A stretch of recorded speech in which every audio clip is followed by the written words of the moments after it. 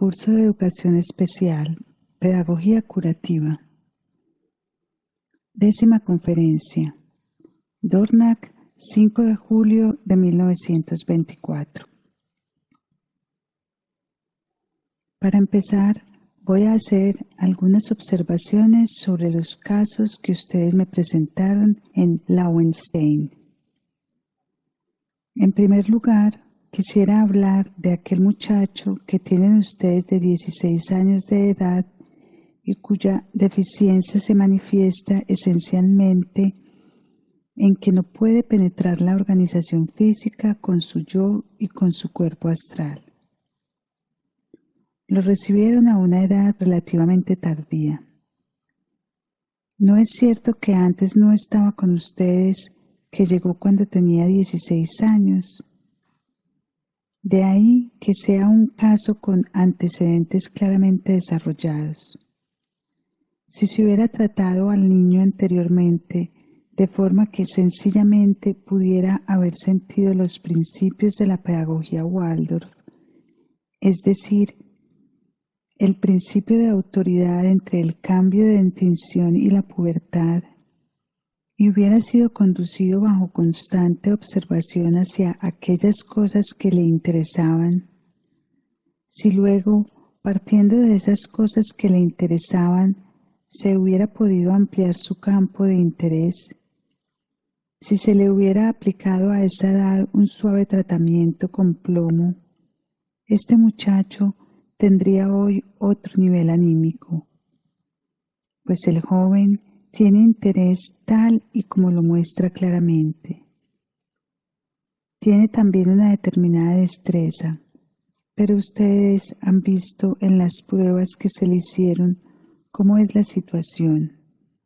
Las pruebas eran relativamente fáciles, pero en ellas ustedes pudieron ver de qué se trata realmente.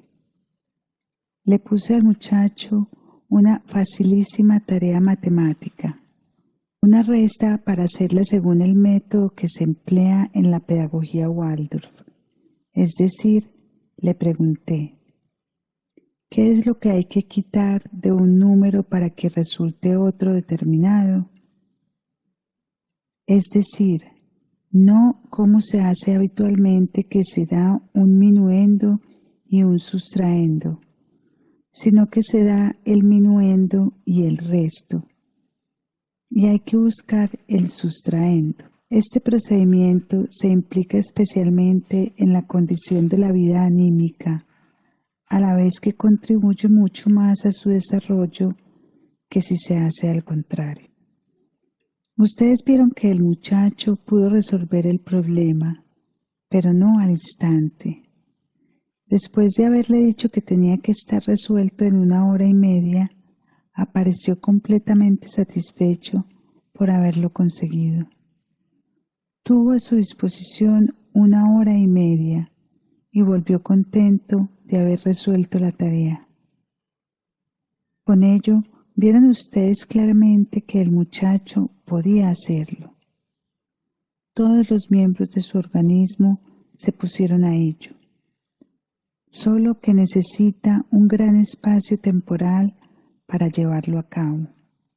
Es decir, su cuerpo etérico y su cuerpo físico se resisten enseguida, no despliegan su función a pesar de que las posibilidades para esa función están ahí.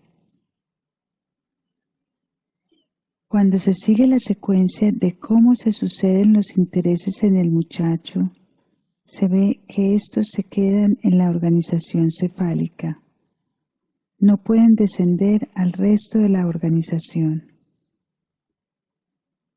He aquí un pequeño detalle muy significativo. Apareció con su pequeña Kodak y quería hacernos una foto. Se preocupó de que todo estuviera correctamente y lo hizo con un profundo interés.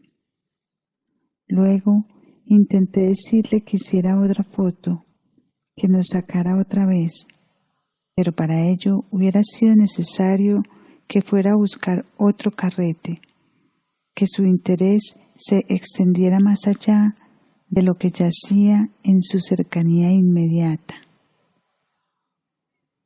Ante este hecho se rebeló y no fue posible conseguir que fuera a buscar el carrete. Si en un momento dado se interesa por algo, entonces está completamente presente en la cosa. Pero si tiene que bajarlo al sistema metabólico motor, su cuerpo etérico y su cuerpo físico se rebelan poderosamente. Y justamente entonces es necesario que en esa edad se intervenga cada vez más con una terapia pedagógica, a pesar de que resulte más difícil que antes, lo cual supone tomar como punto de partida aquellas cosas por las que muestra un cierto interés y a partir de ahí extender su círculo de intereses hacia todas partes. Se podrá conseguir mucho de este muchacho si se tiene en cuenta el instinto tan sano que, a pesar de todo, posee. Frecuentemente se ve que incluso en organizaciones anómalas existen instintos sanos. El muchacho experimentará una ampliación en su campo de intereses tan pronto como se le conduzca hacia cosas que requieran una destreza manual. En un principio, difícilmente puede hacer el camino que va desde la organización cefálica hasta la organización metabólica motora. Y como ya les dije, más allá aún, porque allí no tiene ninguna capacidad de percepción, ni siquiera esa leve facultad perceptiva que existe en un individuo normal. Por el contrario, si ve lo que tiene delante de sí, si ve la destreza de sus propias extremidades, se llenará de alegría. Por lo tanto, hay que dejarle hacer cosas donde vea la destreza de sus propias extremidades. Esto puede ser fomentado especialmente mediante ejercicios de euritmia curativa con piernas y brazos, en lo que se ponen en movimiento enérgicamente los dedos de los pies y de las manos, y al mismo tiempo se dirige su mirada hacia todos estos procesos de movimiento de sus extremidades, es decir, hacia sí mismo. En niños como este, que desde temprana edad muestran claramente que tienen dificultades en dejar bajar al organismo lo que la cabeza hace, es bueno para el caso de nuestro muchacho, ya es demasiado tarde, pero siempre pueden encontrarse con más niños como este, dejarles intentar que toquen sus pies con la cabeza. Si ustedes mismos tratan de hacerlo, verán que es un procedimiento difícil. Pero está bien que a niños que a este respecto lo tienen difíciles, se les conduzca a poder besarse sus propios dedos de los pies. También es bueno y da siempre buenos resultados, incluso podría ser extraordinariamente benéfico para nuestro muchacho inducir a estos niños a sujetar un lápiz entre el dedo gordo del pie y el siguiente dedo y escribir formas de letras y luego sentir la alegría de haber escrito con los pies. Esto podría prestar quizás un buen servicio a nuestro joven. En estos casos, la euritmia curativa y aprender a escribir con los dedos de los pies es también una especie de euritmia curativa. Podría proporcionarle un gran servicio. El que un tratamiento con plomo a esta edad preste los servicios necesarios, lo veremos cuando empecemos a probarlo y se vean los resultados. De lo dicho, se darán ustedes cuenta que es necesaria una observación más minuciosa. Esas aparentes insignificancias como el hacer las cuentas tras hora y media o ese no querer volver a casa por el carrete de fotos o cosas por el estilo, hay que convertirlas en objeto de constante observación. De aquí se deduce que algo esencial en la educación de niños deficientes se da también en el educando, ya que dicho educando ha de acostumbrarse a despertar el sentido para observar todo aquello que ocurre en el niño en cuestión. Ustedes se preguntarán, ¿cuánto tiempo hay que dedicar a la educación de niños deficientes? Hay que prestarles atención siempre. No se tiene tiempo para meditar ni para hacer otras cosas. No es así, y combatir interiormente esa opinión pertenece al esoterismo de su vocación. No se trata en absoluto de que uno esté todo el santo día, como si dijéramos, sobre la atalaya, sino que adquiera el sentido para los acontecimientos característicos.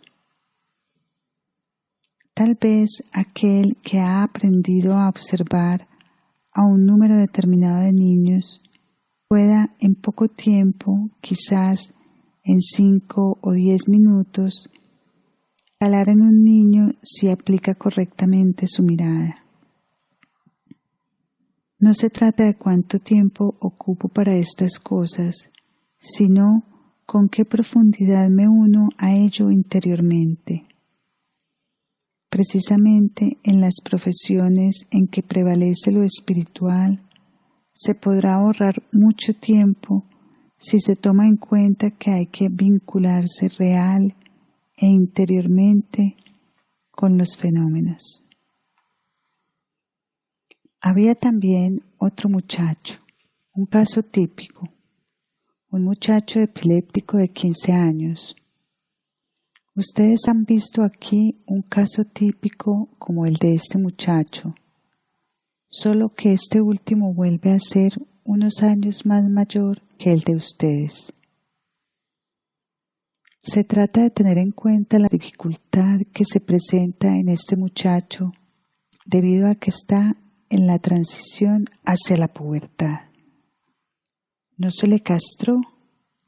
Todo su organismo parece ponerlo en evidencia. De ser así, tenemos que vernosla con un fenómeno de suma vehemencia, a saber, con la reacción que esa intervención artificial ha ejercido sobre el desarrollo sexual. De la manera en que se presentó a este muchacho, nos muestra a un joven que tendrá sumas dificultades en el paso hacia la pubertad, pues este es un proceso del organismo entero y para él la castración ahora no tiene ningún otro significado más que el hecho de que repercute reactivamente sobre la pubertad. De manera que en el caso de este joven se tratará sencillamente de estar atentos a que se encuentra en un estadio donde es necesario tratarle como se trata a un muchacho que atraviesa la pubertad. Ponerle cuidadosamente en relación con todo aquello que le produce interés por los acontecimientos del mundo en el que se encuentra. Ante todo, hay que recurrir a la pedagogía Waldorf, intentar no dejar que se abandone a sus excitaciones internas, sino intentar ocuparlo constantemente hacia afuera, para que desarrolle un intenso interés por cosas y procesos externos. Quizás puedan ustedes describirme los adelantos escolares del muchacho. Responde el que informa. No sabe leer ni escribir. El año pasado no empezamos nada con respecto al programa escolar. La señora F. empezó el año pasado con la lectura y la escritura, pero con ese método Montessori de las casillas, el joven no avanzó mucho. No pudo hacer adelantos y por eso en realidad en el aprendizaje escolar se encuentra en punto cero. El muchacho muestra una cierta apatía frente a las impresiones exteriores. Necesitamos aplicar la pedagogía Waldorf como se hace para los niños más pequeños, es decir, partiendo de la pintura y llevándolo así a que ponga en colores lo que le atormenta interiormente. Se le deja primero pintar y veremos lo que sale. Y a partir de ahí se prosigue con lo que resulte de su propia predisposición. Pero además, este joven necesita a toda costa intervención terapéutica. No habíamos hablado todavía de ninguna terapia. Debieran dársele algas y belladona. Así pues, eso sería lo terapéutico en donde habría que intervenir.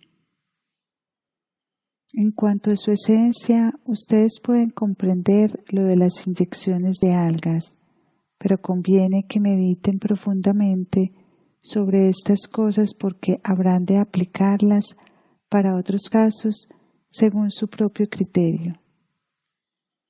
¿Por qué en un caso como este puede pensarse en inyecciones de algas?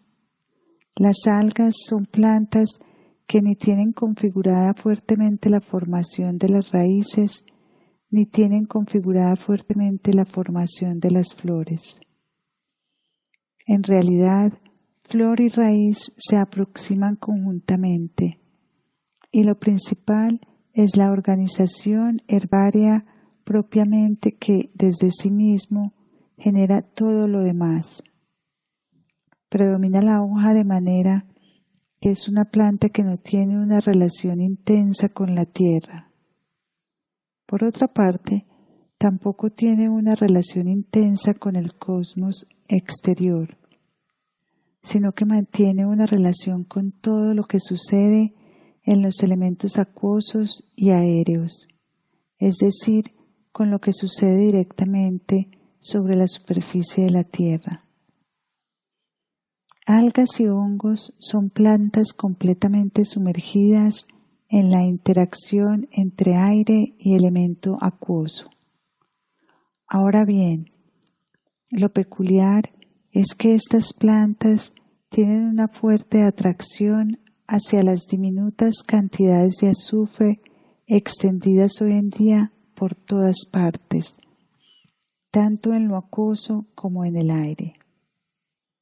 Por esta razón, estas plantas son especialmente apropiadas para introducirlas en organismos rítmicos, porque establecen la armonía entre el cuerpo astral y el cuerpo etérico. Y esto es lo que le falta justamente a un muchacho como el nuestro.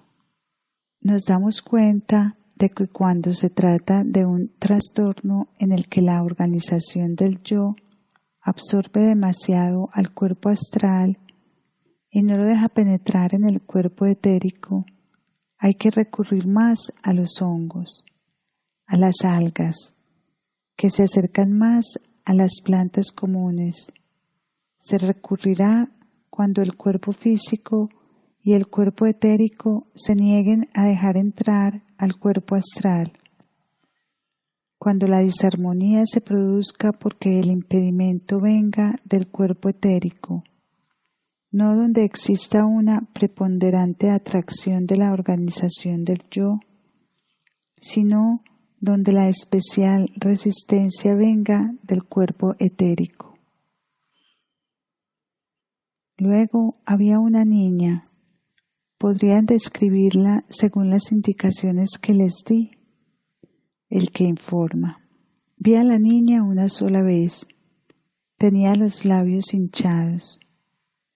Usted hizo la observación de que entre el tercer y cuarto año había tenido que ocurrir algo con su cuerpo astral.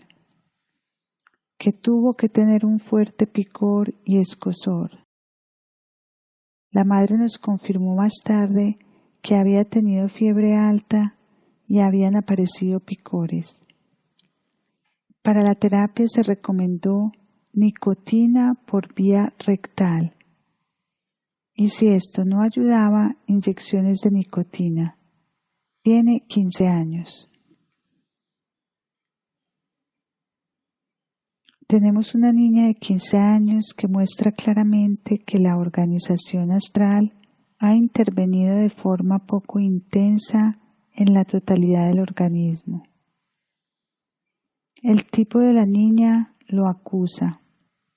Ante todo, la organización astral se muestra demasiado débil para sujetar al yo frente a las tentaciones que surgen en el ser humano cuando come y que consisten en experimentar la comida, el sabor, con excesiva dulzura, excesivo agrado y beneficio. Cuando el cuerpo astral no está suficientemente activo en la región inferior del rostro, los labios se abultan particularmente en la boca, porque existe una fuerte lujuria en el saborear, con la elaboración de los alimentos ya en la boca. Estos fenómenos tienen largos antecedentes y por supuesto algo así puede aparecer en un espacio de tiempo cualquiera, relativamente tardío. Ahora bien, anteriormente les indiqué que tenía que haberse dado una irregularidad en el desarrollo infantil de la niña entre los 3 y los 4 años. ¿No es cierto? Ustedes mismos podrán permitirse notar algo así cuando se identifiquen con la problemática, con el amor que acabo de describir y al que tengo que atribuirle tanta importancia. Nunca deben usar el pretexto: para percibir tales cosas tengo que ser primero clarividente. Eso es pereza interior que en realidad no puede tener nadie que tenga la profesión de educador, sino que se trata de que mucho antes de conseguir aquella clarividencia que es necesaria, por ejemplo, para la investigación en general, generen en ustedes, a través de la entrega amorosa que aflora en el ser humano y que desarrolla en circunstancias anómalas, la facultad de dirigir la mirada sencillamente hacia aquello que es esencial. En ese mismo momento acertarán con lo correcto. Por supuesto, a ello pertenece la valentía esotérica. Esta valentía esotérica se desarrollará en el ser humano si no se le opone algo que voy a mencionar. Es un fenómeno extraño que estas intuiciones internas sean tan poco percibidas por personas que podrían tenerlas con relativa facilidad. Los antropósofos tienen tantas oportunidades de prestar atención a esas intuiciones interiores, las tienen mucho más de lo que creen, pero no les prestan atención porque en el momento en que deberían prestar atención a algo así, se colocan ante una vanidad difícil de vencer para el ser humano. Con este descubrimiento de facultades brotan toda clase de impulsos vanidosos.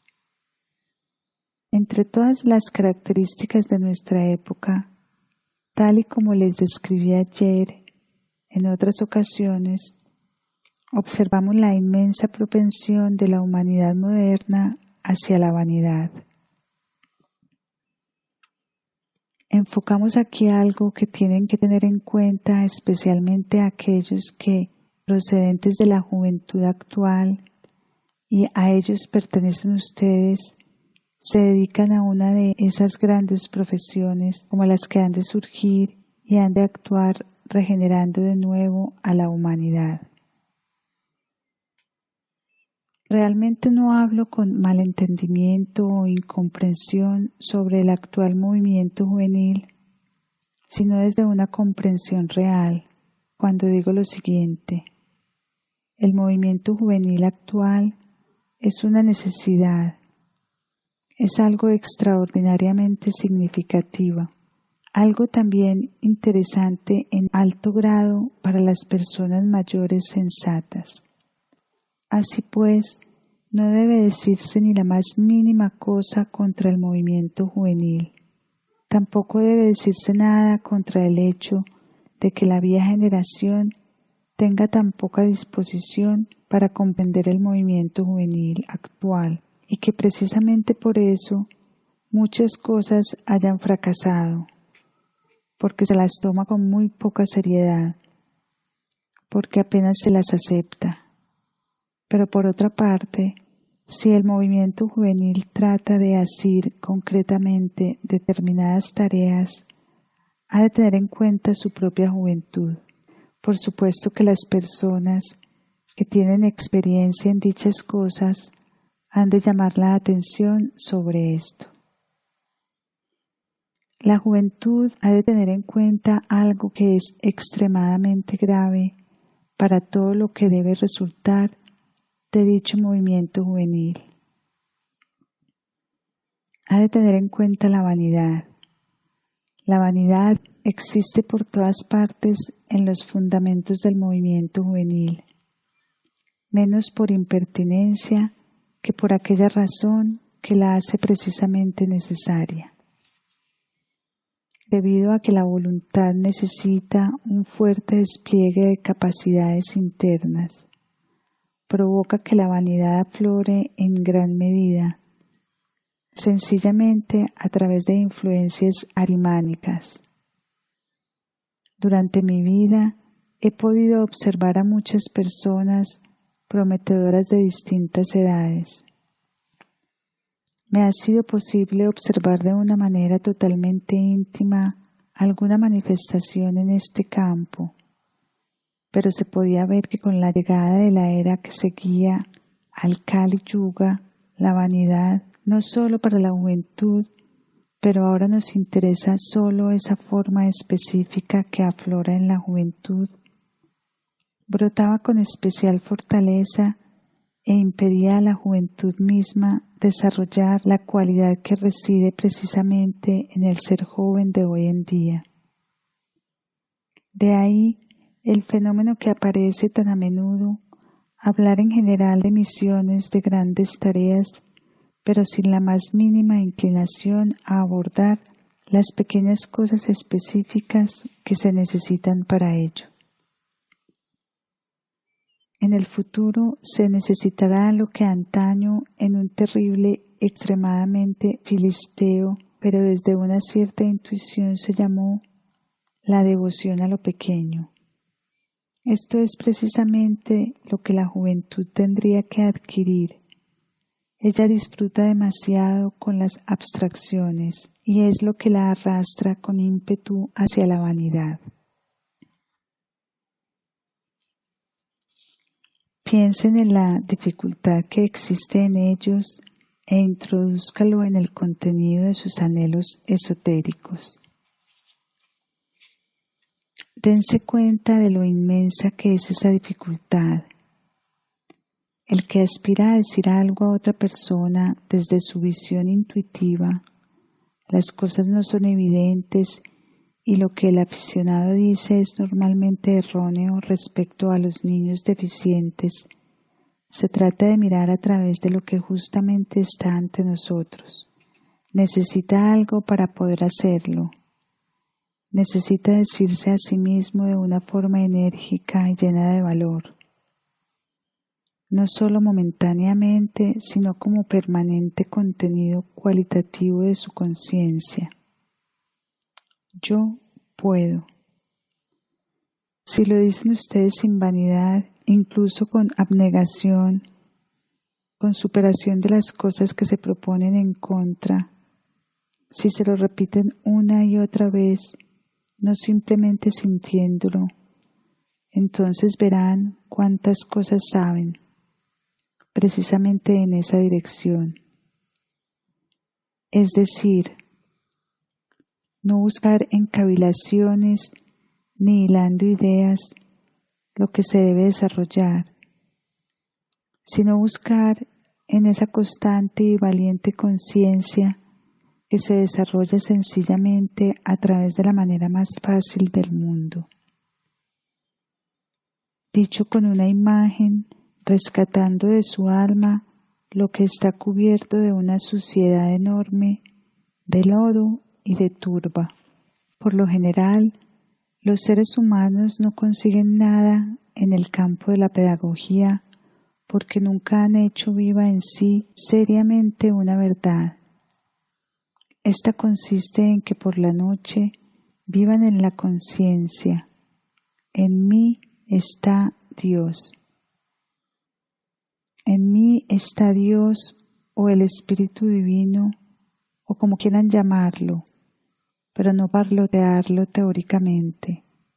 Las meditaciones de la mayoría de las personas consisten en parlotear algo teóricamente y por la mañana que irradie en el día. Yo estoy en Dios. Imagínense si ustedes hacen vivas estas dos representaciones, que se vuelven totalmente sensación, impulso volitivo. Imagínense lo que hacen realmente. Lo que ustedes hacen es tener esa imagen ante ustedes. En mí está Dios. Y a la mañana siguiente tienen ante sí la imagen. Yo estoy en Dios. Las figuras de arriba y de abajo son las mismas. Y ustedes han de entender. Esto es un círculo, esto es un punto. Únicamente que por la noche no aparece, solo aparece por la mañana. Por la mañana han de pensar, esto es un círculo, esto es un punto. Han de comprender que un círculo es un punto es un círculo, y tienen que comprenderlo interiormente. Con esto se abren paso en suma hacia el ser humano, pues si se acuerdan del dibujo que les di del hombre metabólico motor y del hombre cefálico, ese dibujo no significa otra cosa más que la expresión y realización de lo que ahora he colocado ante ustedes de una manera sencilla, en una figura meditativa. En el ser humano es posible que el punto yo de la cabeza se convierta en círculo, en el hombre motor, que está configurado naturalmente, y ustedes aprenderán a comprender la totalidad del ser humano cuando penetren en él de esta forma, cuando intenten comprenderlo interiormente. Pero primero tienen que saber que las dos figuras, las dos representaciones son una y la misma, que no son en absoluto distintas la una de la otra. Solo vistas desde fuera son distintas. Aquí hay un círculo amarillo. Aquí está también. Aquí hay un punto azul. Aquí también está. ¿Por qué? Porque esto es la figura esquemática de la cabeza y porque esto es la figura esquemática del cuerpo. Pero cuando el punto se afirma en el cuerpo, se convierte justamente en médula espinal. Cuando el punto se desplaza aquí, se convierte en aquello que debe ser en la organización cefálica, precisamente inserción de la médula espinal. Así resulta la dinámica interna de la morfología. Ustedes pueden hacerse con una anatomía, con una fisiología, meditando a partir de esto. Entonces recibirán ya la intuición interior que les aclare hasta qué punto su mandíbula superior y su mandíbula inferior son extremidades. hasta qué punto la cabeza es un organismo completo asentado arriba. Sus extremidades están atrofiadas, en la atrofia se reorganiza en mandíbulas y ustedes reciben la visión de cómo surgen en un contraste polar los dientes y los dedos de los pies. Contemplen un momento las inserciones de los huesos de las mandíbulas y percibirán en ellas la atrofiada formación de los dedos del pie, la atrofiada formación del pie y de la mano. Pero mis queridos amigos, la meditación sobre estas cosas no debe hacerse con el siguiente estado de ánimo. Quiero acurrucarme interiormente en un cálido nido, debe calentarme cada vez más, sino con el de sumergirse en la realidad y aprenderla. Devoción hacia lo pequeño, hacia lo más pequeño. No se debe rechazar el interés por lo pequeño, mis queridos amigos. Que sea de manera que el lóbulo de la oreja, la uña recortada del dedo, un trozo de pelo, interese tanto como Saturno, el sol o la luna. Pues al fin y al cabo, en un pelo del cabello está todo lo otro, y aquel que se queda calvo pierde en efecto todo un cosmos. En realidad ocurre que interiormente se puede crear lo que exteriormente es visible, solo si se tiene aquella superación necesaria para la vida meditativa. Pero esa superación no se consigue nunca cuando emergen huellas de vanidad, y éstas emergen en cualquier esquina y rincón. Por eso, mis queridos amigos, es necesario que si quieren ser educadores especialmente de niños deficientes, desarrollen devoción hacia lo pequeño de la forma más modesta posible y partiendo de ello despierten al mismo tiempo esa devoción por lo pequeño en el resto del movimiento juvenil. Entonces aparecerán las posibilidades de referirnos a cosas que luego, como ha ocurrido en nuestro caso, se verifican exteriormente. He de decir que ahí es donde veo el fallo más grande que se comete en las cosas que emprendemos dentro de nuestro movimiento antroposófico. Tenemos el caso ante nosotros. En cuanto a la niña, les dije que tuvo que haber existido una especie de anomalía entre el 3er y 4.º año de su vida. Ustedes preguntaron a la madre y la madre confirmó. ¿Qué hicieron después? ¿Quieren describirlo honrada y sinceramente? ¿Qué hicieron cuando la madre lo confirmó? Silencio. ¿Quieren hacer el favor de ser completamente honestos esotéricamente ustedes tres? ¿Qué hicieron? Silencio. Si hubieran hecho lo correcto me dirían, dimos un salto tan grande que hicimos un agujero en el techo. Si así hubiera sido, aún hoy el reflejo de ese brinco no solo hablaría desde ustedes, sino que brillaría. De eso se trata precisamente, entusiasmo por la vivencia de la verdad. Eso es lo que tiene que estar presente, lo que desde hace años y de una manera horrible hace daño en el movimiento antroposófico. Es que los hombres estén tan sujetos a sus piernas, los jóvenes casi tanto como los viejos. Piensen sobre ello, de qué manera tan compacta son capaces de estar sobre sus piernas. ¿Se dan cuenta ustedes? En el fondo Nietzsche era un tipo distinto, aunque enfermara por eso. Dejó que su Zaratustra fuera un bailarín. Sean ustedes bailarines en el mismo sentido que Zaratustra. Vivan con alegría interior por la verdad.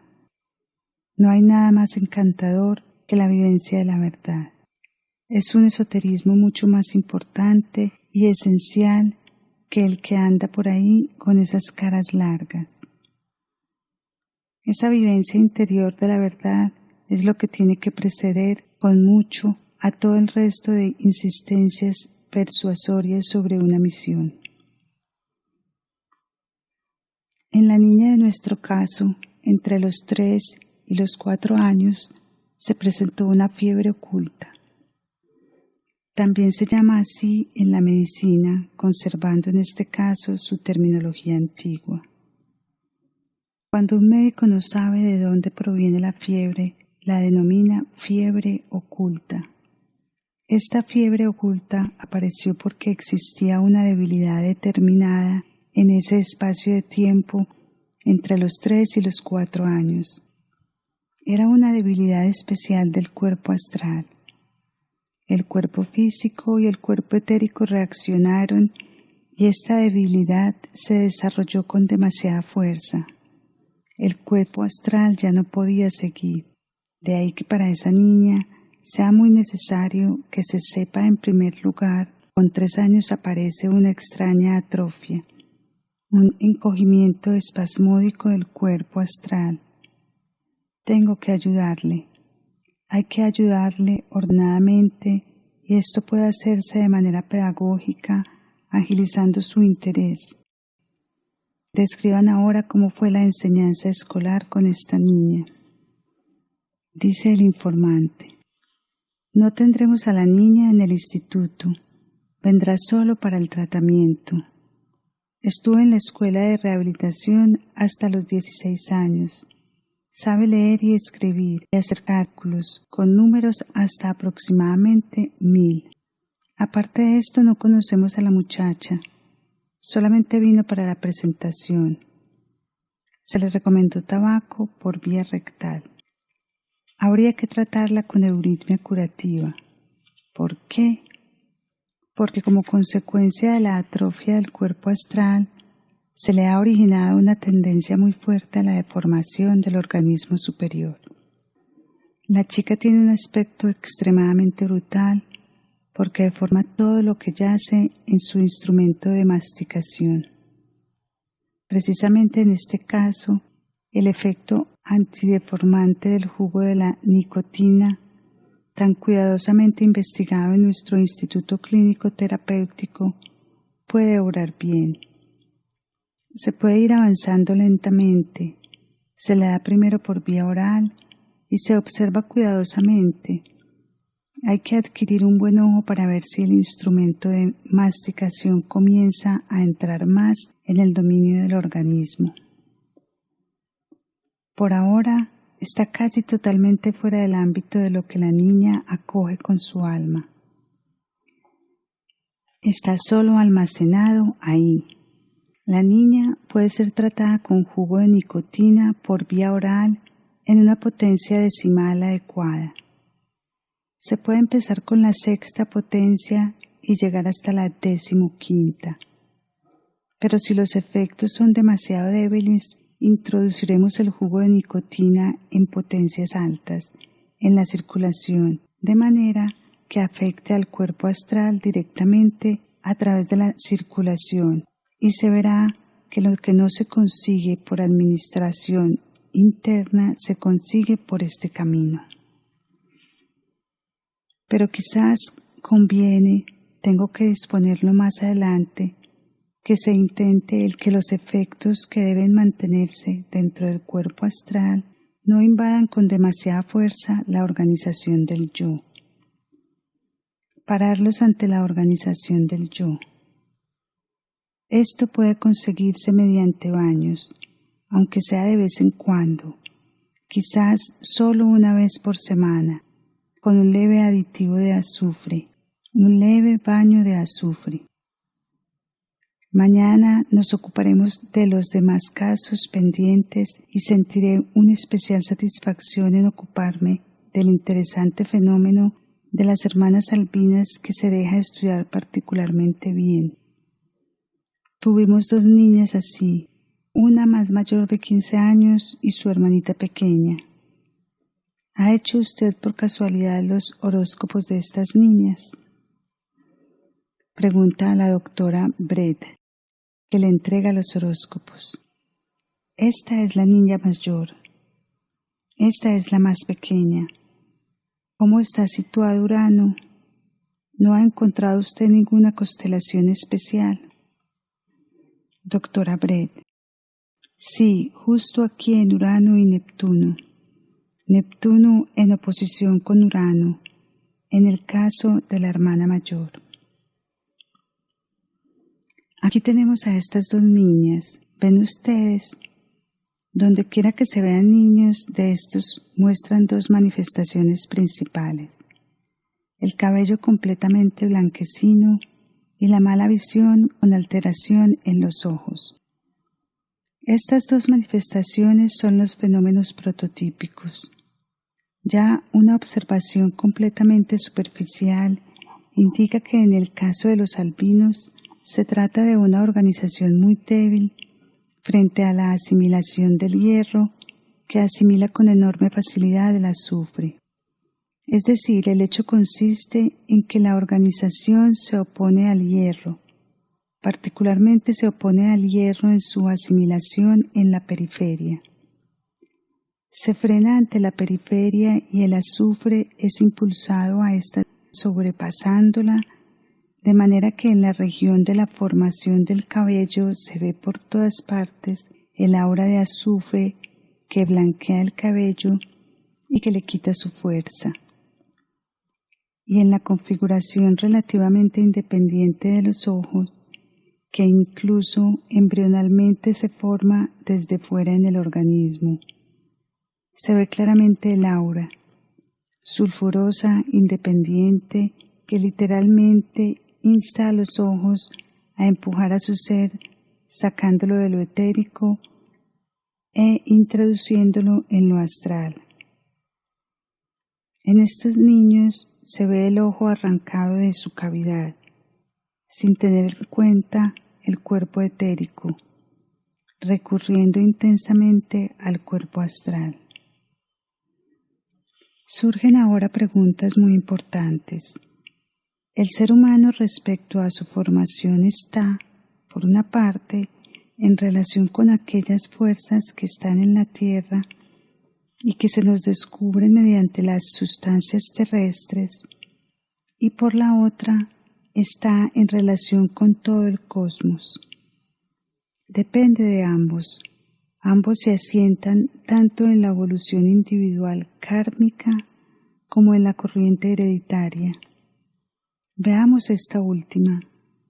En las dos niñas que han sido presentadas no existe ni el padre ni en la madre alguna manifestación alpina. Nada, absolutamente nada. Son personas normales. Por el contrario, en la ascendencia había en algún lugar una abuela de la que se dice que también tenía síntomas albinos. Doctora K. era una hermana de la madre de las niñas.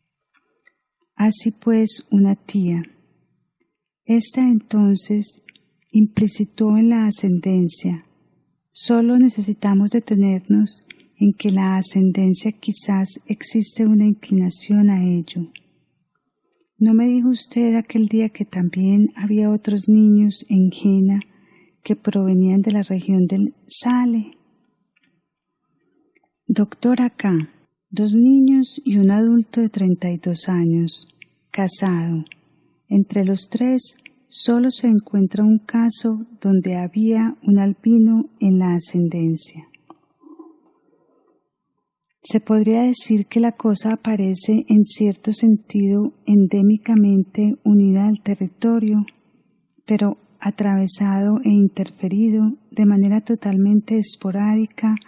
Bajo ciertas circunstancias crece un albino en el territorio, aisladamente. Esto insinúa la pregunta: ¿cómo crece un albino en relación con su territorio?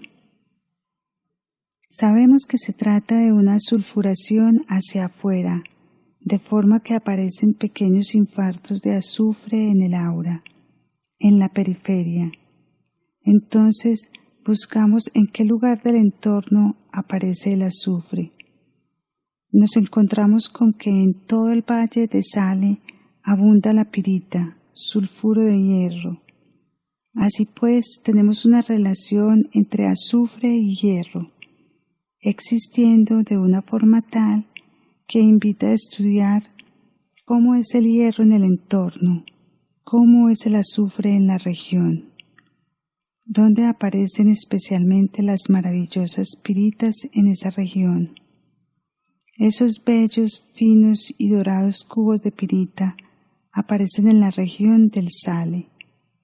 Las otras comarcas cercanas contienen yeso. Como ustedes saben, el yeso es el sulfato cálcico hidratado con un 20% de agua. Es decir, de nuevo tenemos la posibilidad de estudiar el azufre en su combinación con el yeso. Vierte luz sobre todo lo que vive en la atmósfera, etc. De modo que primero hay que centrarse en todo lo que procedente del suelo se relaciona con la absorción del azufre y del hierro. Además, tenemos también un territorio muy rico en hierro y nos surge la pregunta, ¿cómo se forma una relación recíproca entre la tierra y el ser humano de forma que la tierra pueda atraer fuertemente al hierro, pero el ser humano no, o solo con dificultad? ¿Qué constelaciones han de dominar para hacer al ser humano particularmente apropiado para rechazar el hierro y absorber el azufre? Y ahí llegan ustedes a lo cósmico. Entonces investigan la constelación que existió en el momento del nacimiento de una niña como esta. En el momento de la concepción no puede hacerse.